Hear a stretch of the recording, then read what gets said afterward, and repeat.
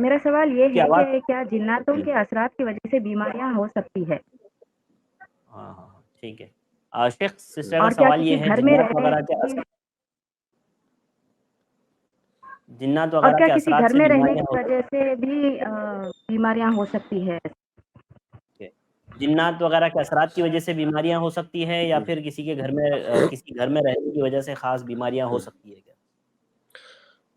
جی دیکھیے بہن، آپ کے سوال پہ ڈائریکٹ آنے سے پہلے آپ ایک بنیادی بات سمجھ لیں اس بارے میں، وہ یہ کہ ہمیں اس دنیا میں جو بھی بیماریاں ہوتی ہیں یا جو بھی پریشانیاں ہوتی ہیں، جو مصیبتیں آتی ہیں، ان مصیبتوں، ان پریشانیوں اور ان بیماریوں کے کچھ اسباب ہوتے ہیں، کچھ ظاہری اسباب۔ جیسے مثال کے طور پر چھوٹی مثال میں ایک دوں کہ جیسے کسی نے آئس کریم کھا لیا، ٹھنڈی کے موسم میں اس کو زکام ہو گیا ہے نا، کوئی ٹھنڈی کے موسم میں باہر نکل گیا، اس کی طبیعت خراب ہو گئی۔ یہ ظاہری اسباب ہیں کہ میں نے ایسا کیا تو میری طبیعت خراب ہو گئی، میں نے فلاں کام کیا اس کی وجہ سے میں بیمار ہو گیا، یہ ظاہری اسباب ہیں۔ تو یہ جو دنیا کے اندر چیزیں ہوتی ہیں، اللہ رب العالمین نے ان چیزوں کو اسباب کے ساتھ جوڑ دیا ہے، یہ اللہ تعالیٰ کی سنت ہے، ٹھیک ہے۔ لیکن یہ جو اسباب ہیں، یہ اسباب بذات خود ان کے اندر تاثیر نہیں ہے، ان اسباب کے اندر بذات خود وہ قوت اور طاقت اور وہ تاثیر نہیں ہے کہ جو انسان پر مؤثر ہو سکے، بلکہ ان اسباب کے اندر تاثیر پیدا کرنے والی ذات اللہ رب العالمین کی ہے۔ یہ عقیدے کا مسئلہ ہے اور اس کو سمجھنا بہت ضروری ہے۔ یہ جن اسباب کی وجہ سے ہمارے اوپر کوئی پریشانی یا کوئی مصیبت یا کوئی بیماری آ رہی ہے، یہ اسباب کے بارے میں ہمارا یہ عقیدہ رکھنا ضروری ہے کہ ان اسباب کے اندر تاثیر اللہ رب العالمین پیدا کرتا ہے، یہ اسباب بذات خود مؤثر نہیں ہیں۔ اگر کوئی آدمی یہ عقیدہ رکھتا ہے کہ یہ اسباب بذات خود مؤثر ہیں تو ایسا عقیدہ رکھنا یہ شرک ہے، بلکہ یہ عقیدہ رکھنا ضروری ہے کہ ان اسباب کے اندر تاثیر اللہ رب العالمین پیدا کرتا ہے جو کہ مسبب ہے، یہ اسباب فقط سبب ہے، ان کے اندر فی نفسہ ہی تاثیر نہیں ہے۔ تو یہ بنیادی بات پہلے آپ جانیں۔ اس کے بعد آپ کا سوال جو ہے کہ کیا جنات کسی بیماری کا سبب بن سکتے ہیں؟ ہاں بالکل بن سکتے ہیں، لیکن وہ جو پہلی بات میں نے بتائی اس کو آپ ذہن میں رکھیں۔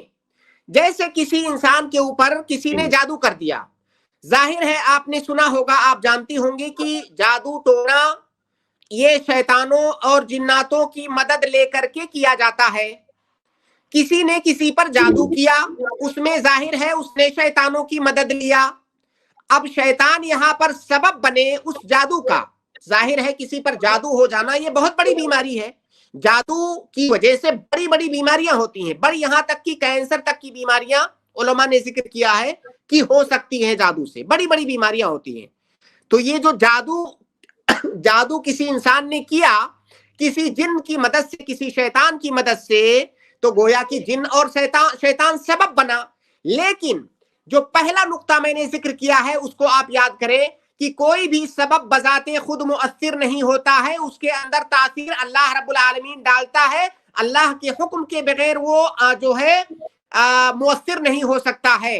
قرآن کریم کی وہ آیت آپ یاد کریں، جادو کے سلسلے میں جو آیت ہے وَمَا هُمْ بِضَارِّينَ بِهِ مِنْ أَحَدٍ إِلَّا بِإِذْنِ اللَّهِ۔ جادو کے بارے میں اللہ تعالیٰ نے فرمایا کہ جو جادو سکھا رہے ہیں، جو جادو کرتے ہیں، اس جادو کے ذریعہ سے کسی کو اس وقت تک نہیں نقصان پہنچا سکتے جب تک اللہ کا حکم نہ ہو۔ یعنی گویا کہ جادو بھی اللہ تعالیٰ کے حکم کے بغیر نقصان نہیں پہنچا سکتی، اس کے اندر بھی فی نفسہ ہی تاثیر نہیں ہے، بلکہ تاثیر ڈالنے والی ذات اللہ تعالیٰ کی ہے۔ تو خلاصہ یہ کہ کوئی جن یہ نقصان کا سبب بن سکتا ہے، بیماری کا سبب بن سکتا ہے، لیکن یہ سبب فی نفسہ ہی مؤثر نہیں ہے، اللہ کے حکم کے بغیر اور اللہ کی تاثیر ڈالے بغیر وہ کسی کو نقصان نہیں پہنچا سکتا۔ دوسرا سوال بہن کا ہے کہ کیا کسی گھر کے اندر، کسی خاص گھر کے اندر رہنا بھی بیماری کا سبب بن سکتا ہے یا نہیں؟ دیکھیے، ایک اللہ کے نبی صلی اللہ علیہ وسلم کی ایک حدیث ہے۔ شیخ ارشد میری آواز آ رہی؟ جی شیخ آ رہی ہے، صاف ہے آواز۔ اللہ کے نبی صلی اللہ علیہ وسلم کی ایک حدیث ہے کہ اگر کسی چیز کے اندر نحوست ہوتی تو 3 چیزوں کے اندر ہوتی، المرأۃ والدار والفرس۔ اگر دنیا میں کسی چیز میں نحوست ہوتی تو 3 چیزوں میں ہوتی، ایک تو عورت، ایک گھر اور ایک گھوڑا سواری۔ اس حدیث کا کئی طرح سے معنی بیان کیا ہے علماء نے، ان سب کا خلاصہ یہ ہے کہ نحوست دراصل کسی چیز کے اندر نہیں ہوتی ہے، لیکن اللہ کے نبی صلی اللہ علیہ وسلم کے زمانے میں، زمانے جاہلیت میں بہت سارے لوگوں کا یہ عقیدہ ہوتا تھا کہ فلاں عورت کے اندر نحوست ہے، بیوی کے اندر نحوست ہے، فلاں گھر کے اندر نحوست ہے، فلاں میری جو سواری ہے، جو میرا گھوڑا ہے، اس کے اندر نحوست ہے۔ اس طرح کا عقیدہ تھا۔ اللہ کے نبی صلی اللہ علیہ وسلم نے کہا کہ اگر نحوست ہوتی تو ان 3 چیزوں میں ہوتی۔ اس حدیث سے صاف پتہ چلتا ہے کہ کسی چیز کے اندر نحوست ہے نہیں، کیونکہ بعض حدیثوں کے الفاظ ہیں کہ 3 چیزوں میں نحوست ہوتی ہے اور انہی 3 چیزوں کا ذکر ہے، لیکن وہی حدیث دوسرے الفاظ میں آئی ہے کہ اگر نحوست ہوتی تو ان 3 چیزوں میں ہوتی۔ اس کا مطلب نحوست ہے نہیں، کیونکہ اللہ کے نبی صلی اللہ علیہ وسلم کی ایک دوسری حدیث ہے کہ لا عدوى ولا طیرہ میں جی اس زمانے کے لوگ چڑیوں کے ذریعہ سے چڑیوں کو اڑا کر کے نیک فال اور بدشگونی لیا کرتے تھے۔ چڑیا دائیں طرف اڑ گئی تو اچھا فال، بائیں طرف اڑ گئی تو برا فال۔ اللہ کے نبی صلی اللہ علیہ وسلم نے اس کی جو ہے نفی فرمائی اور کہا کسی چیز کے اندر بدشگونی نہیں ہے۔ تو یہ اسلام کا 2 ٹوک فیصلہ ہے کہ کسی چیز کے اندر بدشگونی نہیں ہوتی ہے۔